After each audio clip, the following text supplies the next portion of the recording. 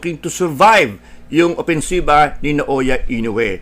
In fact, Doheny was not supposed to be the opponent for Naoya Inoue. Ang dapat po dito ay ang ranked number 1 contender ng WBA na si Murodjon Akhmadaliev. Tama. Yung Akhmadaliev, the former unified champion na tinalo ni Marlon Tapales. Tapales barely defeated itong si Akhmadaliev, who at the time was coming off a lengthy period of inactivity because of an injury.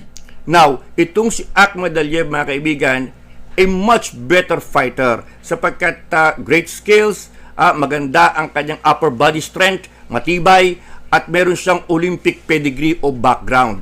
So, siya dapat.